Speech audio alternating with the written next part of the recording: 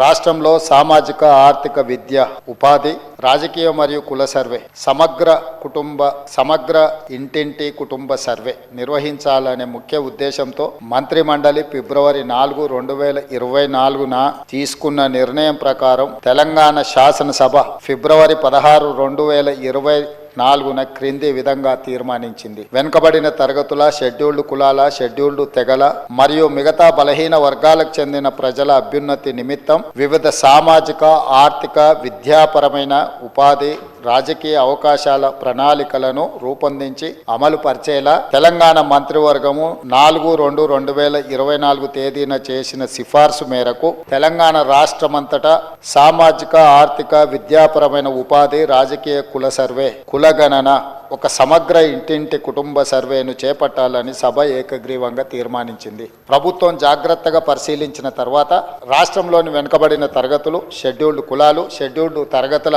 ప్రజలు రాష్ట్రంలోని ఇతర బలహీన వర్గాల స్థితిగతులను మెరుగుపరచడానికి వివిధ సామాజిక, ఆర్థిక, విద్యాపరమైన, ఉపాధి, రాజకీయ అవకాశాల కోసం ప్రణాళికను రూపొందించి అమలు పరచడం కోసం తెలంగాణ రాష్ట్రమంతటా సామాజిక, ఆర్థిక, విద్యా, ఉపాధి, రాజకీయ మరియు కుల సర్వే చేపట్టడం కోసం